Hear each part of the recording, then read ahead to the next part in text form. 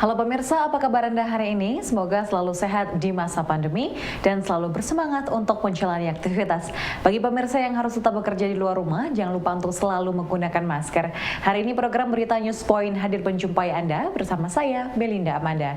Selama 30 menit ke depan, News Point akan menyajikan berita terbaru seputar Universitas Brawijaya dan Malang Raya. Jangan kemana-mana, keep on our channel News Point.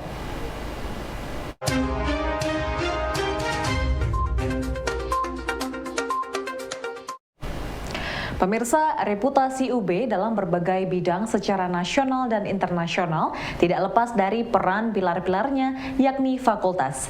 Dalam masa UB sebagai perguruan tinggi berbadan hukum, capaian reputasi dan prestasi penting untuk dipertahankan secara konsisten. Wakil Rektor 2 Universitas Brawijaya, Profesor Gugus Irianto mengatakan, reputasi fakultas yang sudah dibangun merupakan bentuk kesiapan dari pilar-pilar yang ada di UB untuk berjalan bersama dalam wadah PTNBH, sehingga dirinya optimis fase PTNBH di kampus Universitas Brawijaya dapat berjalan dengan baik. Kita optimis bahwa ke depan PTNBH Universitas Brawijaya ini insya Allah ya dengan pilarnya yang kuat di masing-masing fakultas, bukan hanya FTP, tapi FTP telah menunjukkan tadi kepada kita semua akan semakin kuat, akan berjalan dengan sebaik-baiknya menuju cita-cita bersama. Kita tahu bahwa reputasi prestasi yang dibangun baik di level universitas maupun fakultas yang berulang kali disampaikan Pak Rektor itu luar biasa. Saya menyuplik 1-2 hal yang biasanya disampaikan Pak Rektor. Kita tahu secara internasional, secara kelembagaan, Universitas Brawijaya baik itu dari World University Ranking, dari QS maupun dari THE maupun dari 4ICU, itu reputasi Universitas Brawijaya sangat luar biasa. Pemirsa, Kementerian PUPR memberikan program hibah untuk mendukung penataan kawasan wisata di Kubu Kelakah, Kabupaten Malang. Program ini berupa pembangunan homestay dan kawasan koridor. Menurut Supendi Agung Setiabudi, arsitek pendamping program PUPR, ingin agar homestay yang ada ikonik dan lingkungan sekitar homestay juga tertata dengan baik. Di Kubu Kelakah ini termasuk salah satu program dari PUPR. Kategori programnya adalah peningkatan rumah swadaya. Jadi artinya sebuah program dana hibah untuk meningkatkan kualitas rumah. Untuk yang di Kubu Kelakah merupakan salah satu dari beberapa program yang di Jawa Timur dalam rangka menunjang kawasan strategis pariwisata nasional. Jadi programnya bisa dikatakan hibah dana bantuan dari PUPR. Jumlah dana hibahnya ada 2 kategori. Yang kategori pertama karena dalam rangka menunjang pariwisata adalah untuk homestay. Peruntukannya itu kurang lebih budget maksimal di 100 juta. Nanti menyesuaikan desain dan kebutuhan di lapangan sesuai RAB-nya. Yang kedua adalah koridor. Koridor ini yang dimaksudkan adalah kawasan atau rumah-rumah yang di sekitar homestay. Dimaksudkan supaya di sekitar homestay itu terbentuk kawasan baru yang ikonik dan menunjang untuk pariwisata. Program pengembangan desa wisata ini disambut baik oleh Departemen Arsitektur UB dengan melibatkan mahasiswa untuk terjun bersama membantu penataan kawasan tersebut. Kepala Departemen Arsitektur FTUB, Dr. Lisa Triwulandari mengatakan pihaknya sudah melakukan kunjungan lokasi dan dukungan penataan lokasi desa wisata ini dengan menerjunkan mahasiswa dalam skema MBKM agar mempraktekkan keilmuan yang mereka miliki untuk memberikan solusi pengembangan desa wisata yang ikonik. Ini kita di sini sedang dalam rangka untuk mencari suatu objek untuk mahasiswa arsitektur ya. Ke depan ini Departemen Arsitektur berniat untuk melakukan kolaborasi positif ya dari mahasiswanya dengan masyarakat secara langsung, dan juga kolaborasi dengan pemerintah, dalam hal ini diwakili oleh PUPR gitu. Jadi kita di sini terkait dengan program pemerintah ya, BKM ya, program Merdeka Belajar Kampus Merdeka ini, mahasiswa memang diharapkan bukan hanya akan mendapatkan materi substansi teori dari kampus, tetapi juga bagaimana bisa mengimplementasikan ke masyarakat. Nah, ini adalah suatu kesempatan yang sangat bagus ketika melihat satu objek desa Gubuk Klakah ya, yang secara geografis adalah desa yang terletak di ujung timur ya, perbatasan Kabupaten Malang. Ini desa marginal yang bangkit menjadi desa wisata yang sangat berprestasi secara nasional, dan ini membuka kesempatan kepada mahasiswa Departemen Arsitektur untuk bisa menyumbangkan keahliannya, kompetensinya terkait dengan pemberdayaan masyarakat menuju desa wisata.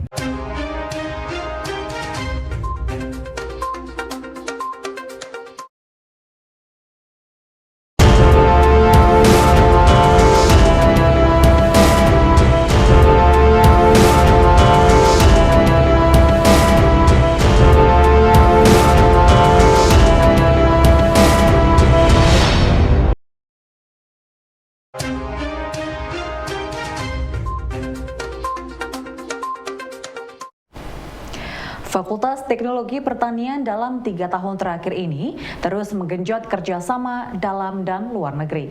Menurut Dekan FTP-UB Profesor Imam Santoso, masa pandemi tidak menyurutkan langkah FTP untuk terus melakukan kerjasama. Pada tahun 2021 tercatat ada 4 kerjasama luar negeri dan 22 kerjasama dalam negeri yang terus ditindaklanjuti dengan kegiatan riset.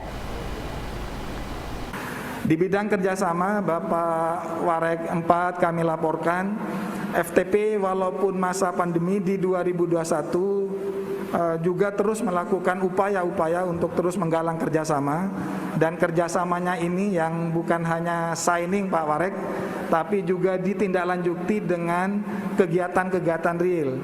Salah satunya misalnya ini dengan PT Raja Wali. Ini kita tindak lanjutin dengan beberapa kegiatan kerjasama riset. Artinya MOU yang kita lakukan betul-betul real, terimplementasi dalam mendukung Tridharma Perguruan Tinggi.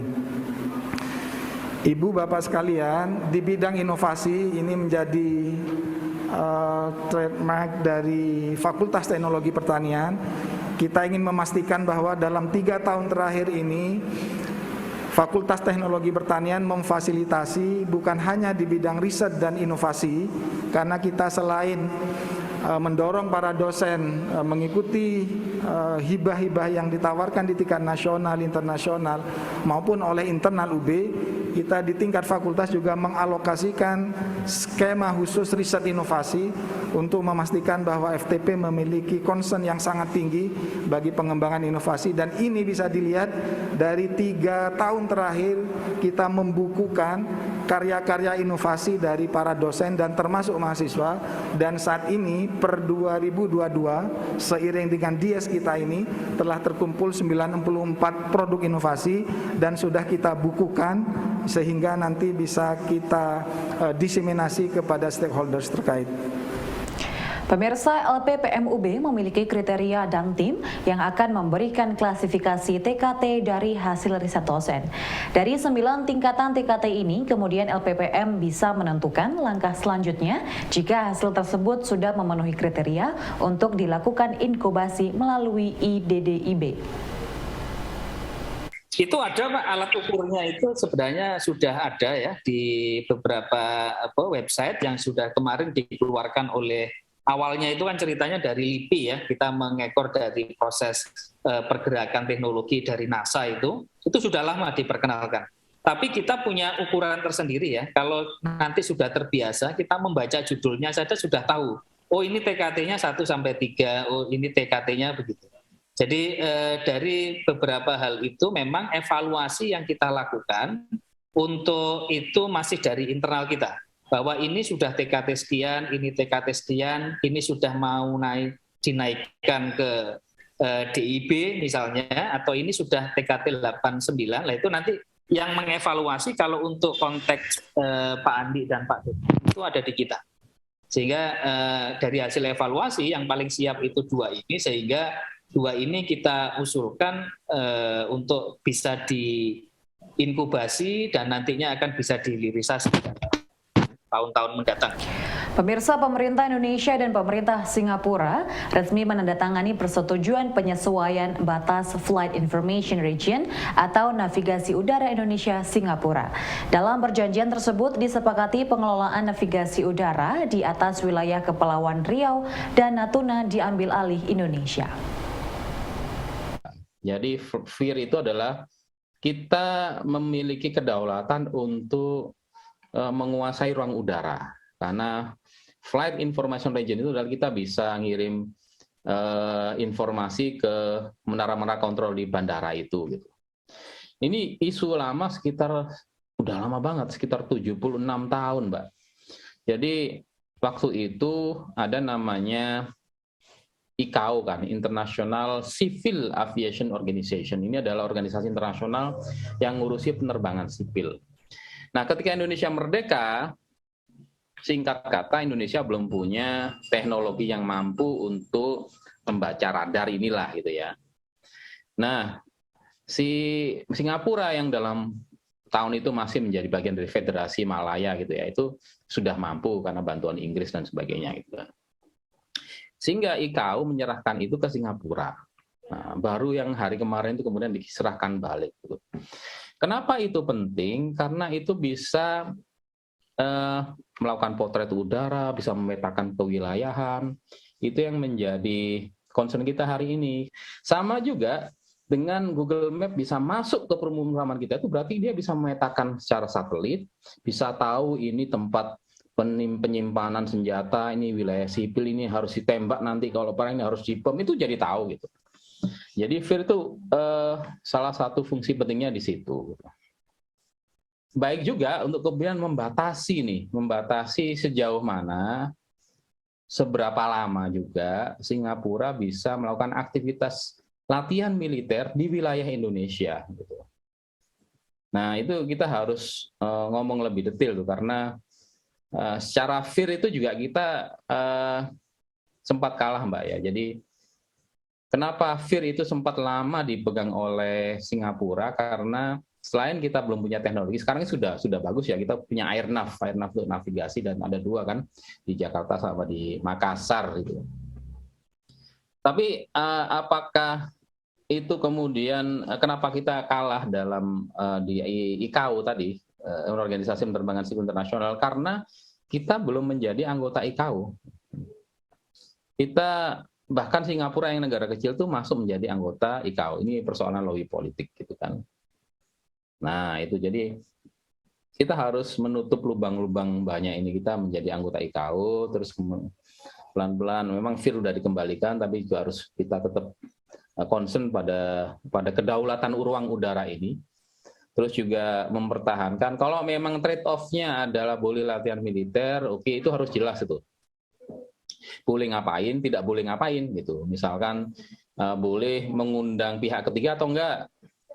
Boleh pihak ketiga itu bisa, Singapura bisa misalkan mengundang Amerika Serikat atau mengundang Inggris loh, yang bagian dari SEATO, kesepakatan fakta militer dengan negara-negara itu.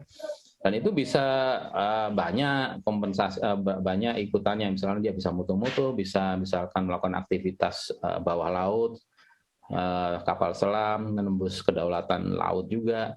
Ada kedaulatan udara yang sudah kita kurangi, kedaulatan teritorial. Nah itu juga harus dipastikan. Jadi kalau 2007 kemudian pemerintah tidak jadi karena mungkin memang merugikan, dan sekarang mungkin dianggap cukup aman atau menguntungkan, ya kita harus lebih detail melihat itu.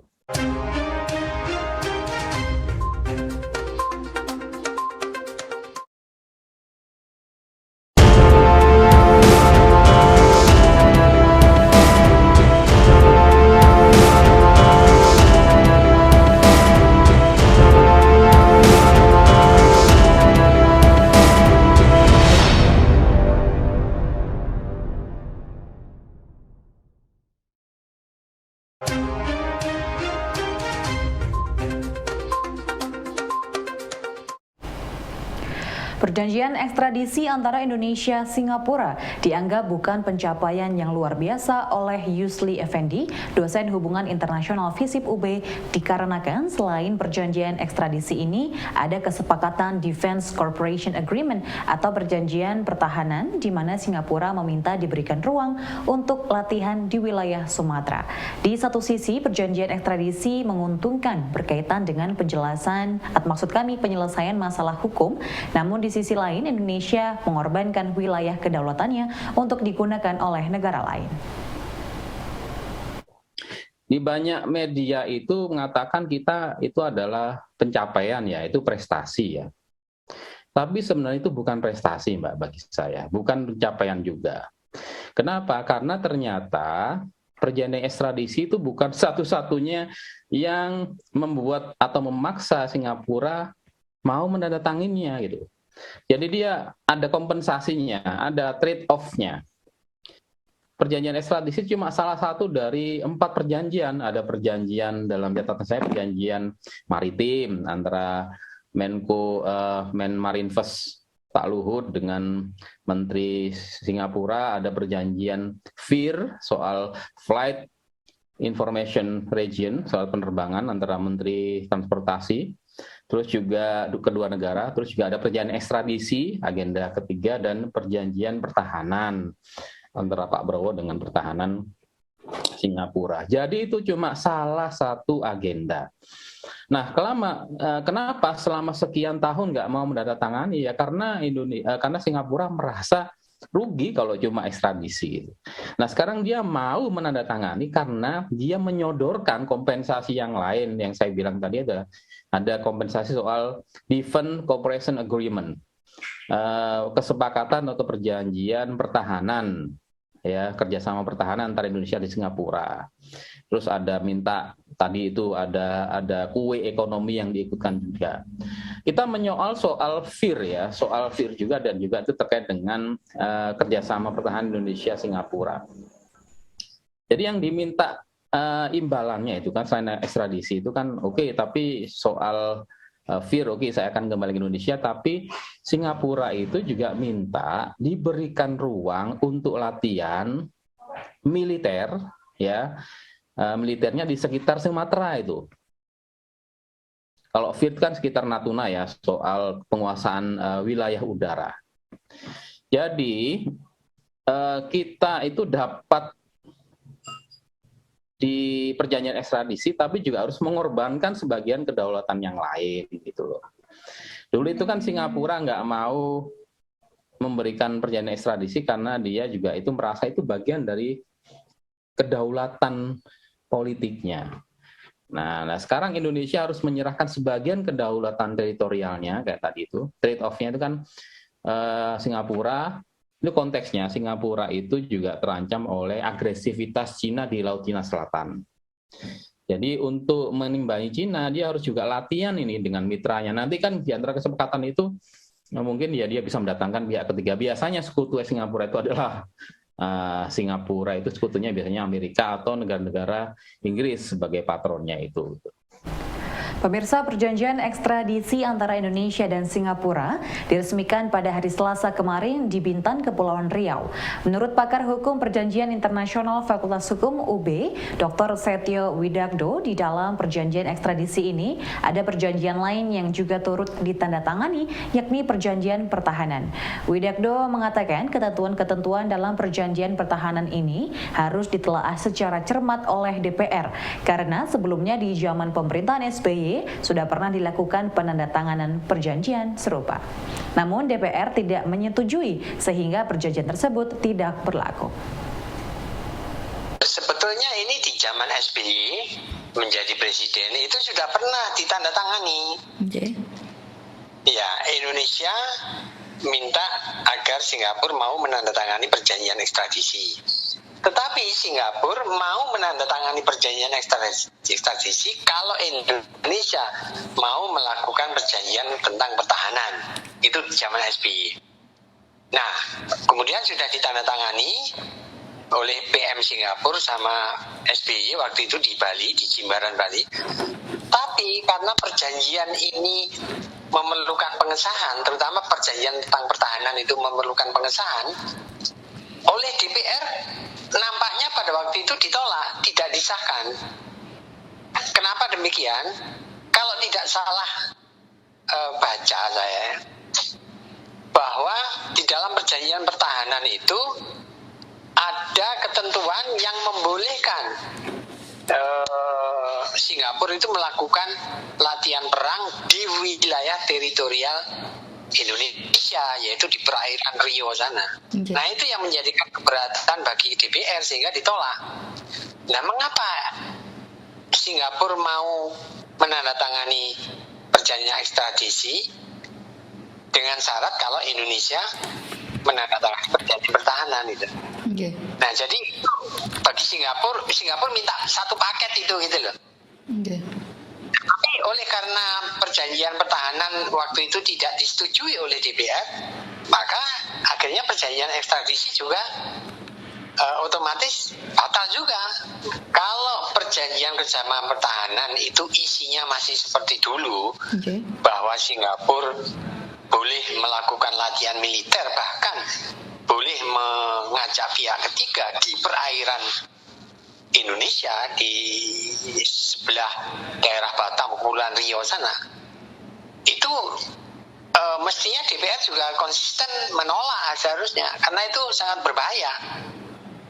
Ya, tetapi kalau perjanjian itu dirubah ketentuannya, bahwa Singapura boleh melakukan latihan perang asal menyertakan Indonesia di wilayah Indonesia, ya itu bisa-bisa saja seperti itu.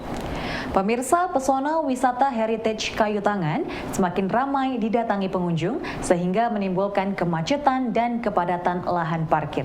Namun ramainya pengunjung ini tentu memberi dampak positif bagi produktivitas dan pemberdayaan warga kampung Heritage Kayu Tangan.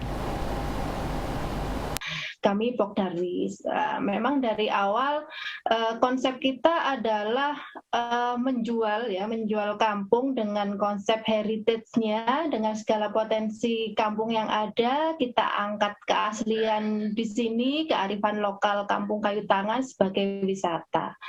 Dengan fenomena banyaknya tamu, otomatis kan juga tambah bergeliat ini kita yang awalnya memang sudah bersemangat untuk menjadikan tempat wisata. Dengan adanya rame ini kan berarti juga promosi secara tidak langsung begitu ya. Dengan adanya kunjungan di depan paling lebih banyak mengenal, oh ternyata di Kayu Tangan ada juga gitu potensi yang menarik selain di koridor Kayu Tangan gitu. Dengan menangkap peluang ini sementara memang selama pandemi sampai sekarang kan memang kita belum memproklamirkan buka untuk umum. Kenapa seperti itu? Memang dengan kondisi yang masih pandemi, kita juga ada program Kotaku yang semua perlu perbaikan, istilahnya peningkatan fasilitas di dalam. Akhirnya kan memang masih kita sebut makeover lah seperti itu, termasuk semua potensi yang lain. Jadi dengan adanya begitu kita menyiapkan lebih banyak, mempersiapkan diri baik dari intern kelembagaan Pokdarwis, dari kita juga sudah pendataan semua potensi termasuk UMKM. Lah ini kan juga peluang besar ya. Jadi kalau kita melihat perdanya kalau di depan itu tidak bisa untuk jualan seperti itu, akhirnya kan pasti pengunjung juga akan mencari paling tidak minum seperti itu. Ini kan peluang kami yang di dalam. Akhirnya nanti memang untuk pusat oleh-oleh dan untuk kuliner itu ada di dalam kampung. Nah, kita mempersiapkan itu. Kita ada persiapan tempat, termasuk pelakunya, bagaimana penataannya, konsepnya seperti itu. Selain itu juga untuk pemberdayaan warga lainnya dengan adanya pertunjukan yang di koridor, otomatis kan ini memancing talent-talent yang ada di dalam kampung ya. Mungkin kalau selama ini belum bisa perform, nah ini kita difasilitasi. Kebetulan kemarin saya sudah menyampaikan ke Bu Kadis, Bu Ida, bahwasanya di dalam ini juga punya potensi besar Bu, seperti itu. Akhirnya kita difasilitasi dan nanti dimulai di bulan Februari ini setiap tanggal 15 Jawa ya, kalau kita bulan kan festival bulan purnama begitu, nanti ada tambahan pertunjukan, ada 3 titik itu yang di dalam kampung. Nah, itu harus kita siapkan ya. Dan talentnya sendiri yang diutamakan yang di dalam kampung. Nah, tidak menutup kemungkinan kan memang talent ya kepingin juga perform di depan, tapi kan harap antriannya lumayan panjang seperti itu. Makanya kita diprioritaskan boleh tampil dengan istilahnya juga itu pun dapat didanai dari kedinasan seperti itu. Tinggal kita menyiapkan bagaimana pendukungnya di area tersebut gitu. Pemirsa, informasi tadi sekaligus menutup perjumpaan kita hari ini. Jangan lupa untuk selalu menyaksikan News Point setiap hari pukul 19.30 waktu Indonesia Barat hanya di UB TV, Televisi Pendidikan Universitas Brawijaya. Saya Belinda Amanda dan seluruh kru yang bertugas pamit undur diri. Tetap patuhi protokol kesehatan, wajib menggunakan masker. Terima kasih dan selamat beraktivitas.